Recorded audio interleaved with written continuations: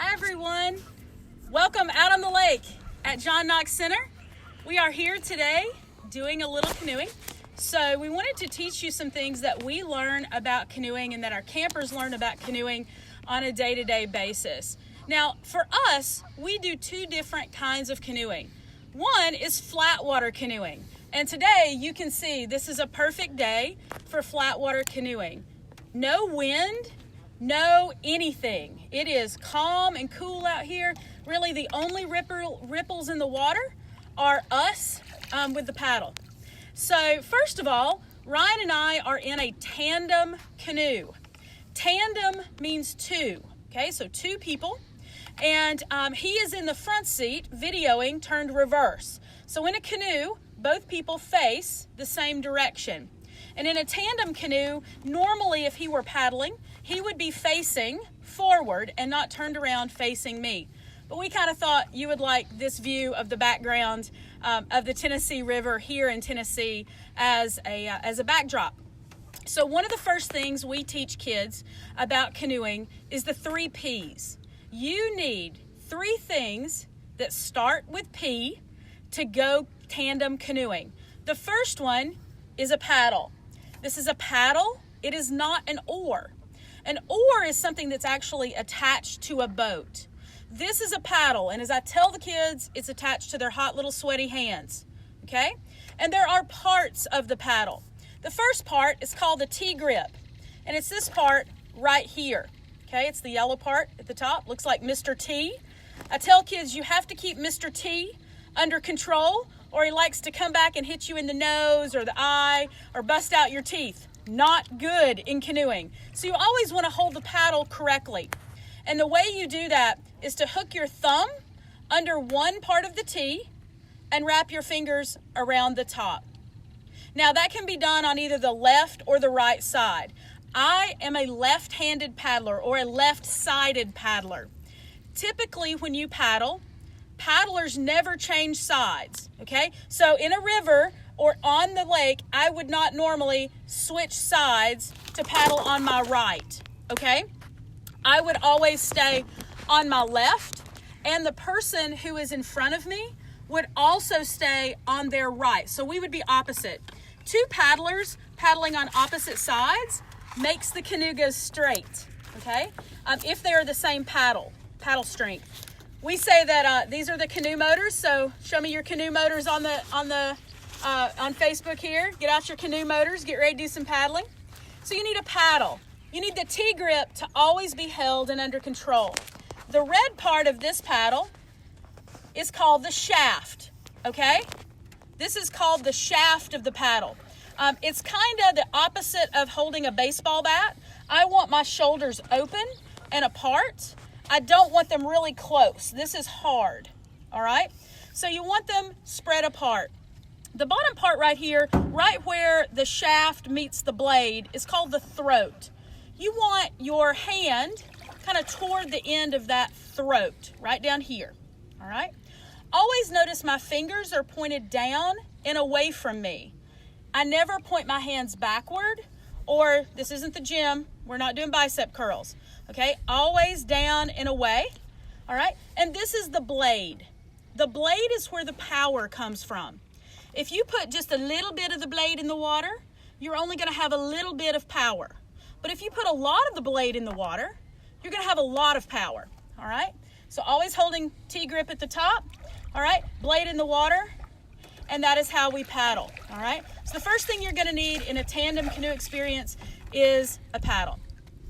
The next thing you're gonna need is a PFD, or a personal flotation device, a life jacket. Okay? Mine is designed for swift water. It's designed for white water. It's a little of overkill out here on a day like this. Many of them you see that go around your neck. The strap goes around your waist and it clips. I've got a couple I want to show you here today that we use. What you're probably most familiar with is one like this. This is a little fishing life jacket. You just snap it. One thing we stress is that if you're going to wear a life jacket, it doesn't do any good if you don't wear it correctly. All right, so you want to wear that life jacket correctly. This is actually rated for whitewater. It could be on a river. All right. It is a PFD that is a class 3 or greater.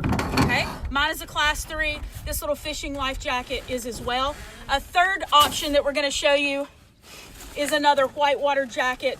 They look a little different. This is more of that vest style. Mine goes over your head. But we say if it has a zipper, it needs to be zipped. If it has a buckle or a tie, you must buckle or tie it. Many of them have adjustability all around them, especially up under the arms. This is a great whitewater jacket. I've worn it several times. It's a great jacket to wear as well, and we've taken it on several rivers. So you need a PFD, a personal flotation device. And the last thing, a PFD, a paddle, and a partner. And I gotta say, Ryan today is an excellent partner. He's doing a great job in the front, keeping us videoed, keeping us straight. When I wiggle a little bit, he's kind of throwing his weight, so that's helpful. One thing Ryan is doing to be a great partner right now, and you can't see him, but you will in a minute, is he is on his knees. Notice I am not. In a regular canoe, you could sit. There are seats in this canoe. You could sit. However, in a whitewater experience, you would want to be on your knees. What happens when you are on your knees is you slide down and you slide into this position where most of my body weight just got a little bit lower, okay? Carrying the center of your body weight in your hips lowers that center of gravity and makes you a little less tippy out here on the river. The other thing that will also help is don't grab the gunnels. It's going to be what you want to do. These are the gunnels. And when you are paddling, especially in a wave or especially if you get off balance, your instinct, your body is going to tell you, reach down and grab the gunnels. But when you do that, you put the weight on the outside of the canoe and it makes it much more easy for you to flip over. So don't do that. Always keep your hands on the paddle correctly. Never like this where that can come back and hit you. Always like this, okay? And if you are on your knees, you're more stable. If you are up, you are less stable. Now let's talk about some other things that you might take with you, all right? A couple things you might take with you that we take on a river. This is a dry bag, okay? This is a smaller dry bag. Fits a couple of items of clothing, maybe a small first aid kit, maybe some medicines. This is a smaller first aid kit I would just clip in the side of my canoe. You'll notice we use lots of carabiners in all of our gear and equipment. Anything that is not clipped into a boat can come out of a boat, okay? So you want to make sure of that. Another size of dry bag, I've just got several here. We like the Sea Line brand of dry bag simply because it is tried and true. We have had these for years. They're about $30 for a bigger size, like one of these. This is a 20-liter bag. You can put lots of stuff in here, gear, clothing, and then you snap it, clip it, and then clip it into your boat, and you are set to go. The largest size, which we do use many times, that we have is much larger than that. And we would use this in the case of having a lot of camper first aid or needing a big first aid kit that's not in a Pelican bag or something like that. Something else you're going to need, sunscreen. We like 50 because 50 leaves a little less to the imagination. We want to make sure that everybody is safe and stays out of the sun. And if we can't stay out of the sun, we do things like wear hats and sunglasses. Always grab your sunscreen with you. But one thing parents always forget to pack, and this is critical. You wouldn't think so, but I've lost 2 of these last summer, and that is a pair of chums or a pair of croakies, as they might be called. These are the things that keep your sunglasses from going the way of the river if they come off of your head. So you need a rope or a pair of chums or croakies that slide onto the end of your glasses, or you tie them on, especially if you are someone who wears glasses, not just my $10 cheap ones, but you want to keep these as you go down a river, or even out here if we were to flip, I'd kind of like to keep these.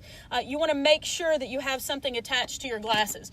Remember, if it's not tied down, you're probably not going to get to keep it. Another thing you're going to want is a water bottle. Now, I love a Yeti water bottle or a Nalgene water bottle. They have a really strong lid to clip into that's hard to break. So you want to make sure you have a water bottle of some type with you with a way to stay hydrated. Even on a day like this, it's overcast, it's cool, and there's not a lot of sun. You're still going to get tired. You're still going to get hot, and you're still going to, your body's still going to sweat. So make sure that you've got some type of hydration with you.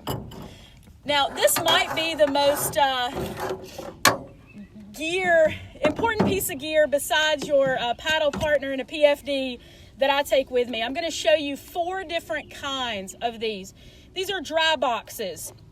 Okay, if you are wondering how we take wonderful photographs of campers on a river, it's with one of these. This is a cheap one. It comes from Walmart, might be $6 or $7. I will tell you in my selection, this is the lowest one. I would not put my phone in one of these. And the reason is because it's not that it won't keep your phone dry. It's that in the heat of the moment when you're doing lots of things, maybe rescuing kids or trying to move gear, it's real easy for this snap to just get flipped open, okay? It's real easy for that to come open. If you're just having a day at the beach, this is great. But if you're in a true whitewater situation or have lots of gear, there is the chance that this can pop open and fall out really easily. These are great. We give these to staff, but as far as my phone and where I keep my things, I keep one in a little bit stronger version.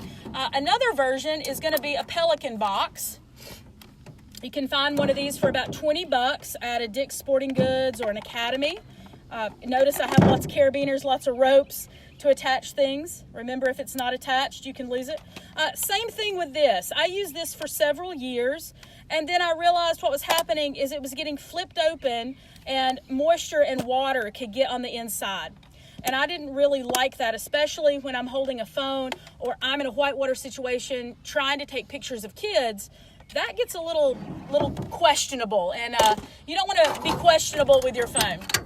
So the last version I'm going to show you, the next to the last version actually, is the version I used for many years. It's an OtterBox.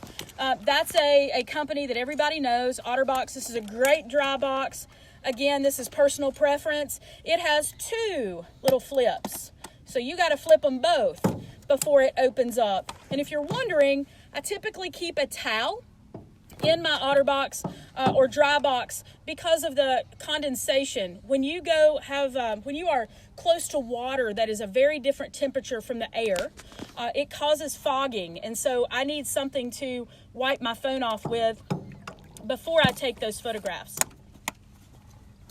And then last, I'm going to show you the picture, the dry box that I use. And this is a Canoe Nano. These are expensive boxes. However, the hooking on them is awesome. If you will notice, I have to push down, pull up before that opens into my phone. There's no accidents. You can't accidentally open those. So if you've got questions about canoeing, please post them right now. We're going to try to do some canoeing in just a second. And I'm going to show you some strokes. All right, so we've learned the parts of a paddle. The first stroke we're going to learn is a forward stroke. So what I do is I put the paddle in front of me and pull all the way straight back. Notice I didn't lift the paddle. I kept it low. That is a forward stroke. So a forward stroke on my left right now is going to cause us to spin in a circle because Ryan is videoing and he can't paddle against me. So let's flip back around, and then I'm going to show you a back stroke. Okay, a back stroke starts in the back. So you start in the back and push all the way forward, kind of the opposite of what we just did.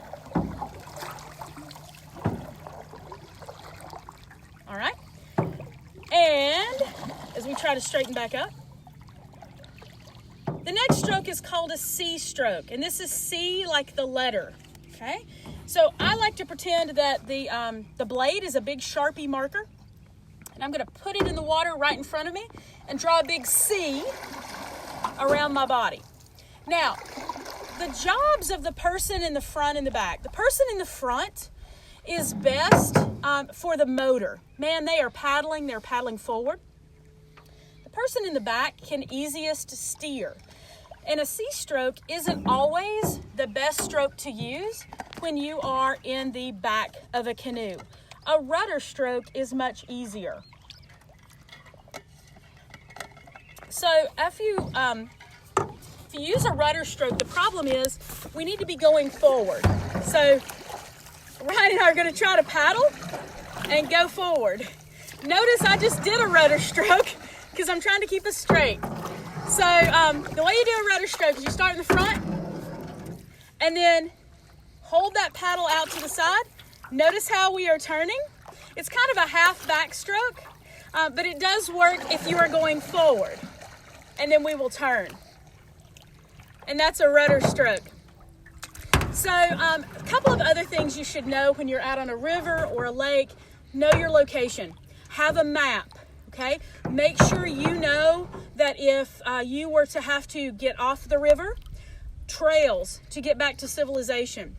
That phone is great to have for photos, but it may or may not help you. One of the rivers we use quite a bit in the Hiawassee, no cell service whatsoever.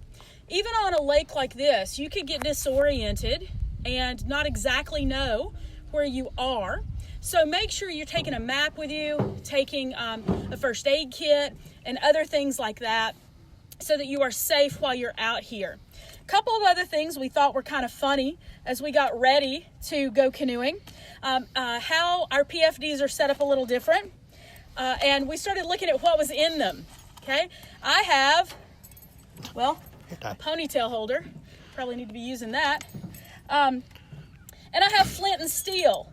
If you know what that does, that can build a fire. Okay, I got sparks. We might use one of these. If you're interested in how flint and steel works, comment, let us know. We'll build a fire with one of these next week. Also have it's taped down. But if you know what this is, if you've ever been in the military or anything, this is a old-fashioned can opener. And so those things kind of live in my PFD. Also have chapstick, very important. And apparently a couple of rocks I've picked up somewhere that I thought were cool.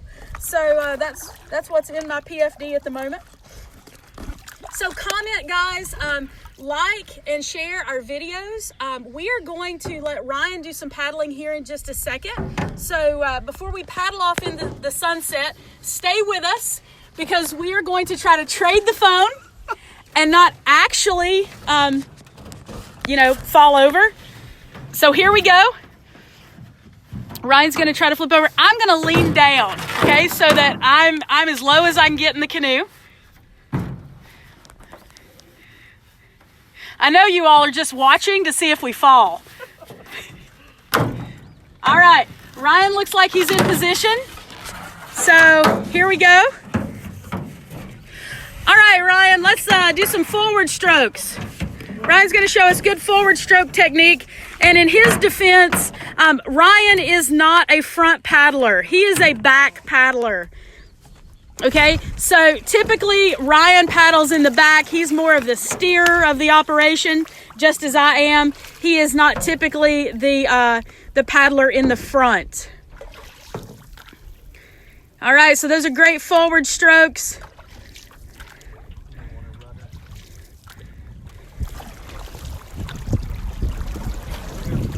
All right, turning around to the waterfront at John Knox.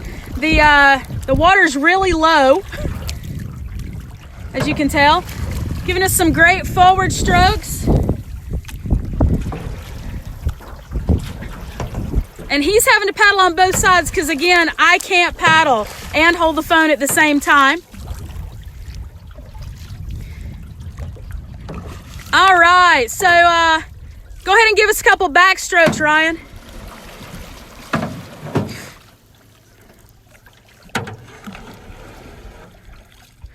So I'm going to let Ryan show you a couple of other strokes that we did not do. Let him show you the C stroke. Ryan, can you C stroke on your left? That's a big C stroke. That's going to turn us, the end of our boat, around toward the main channel.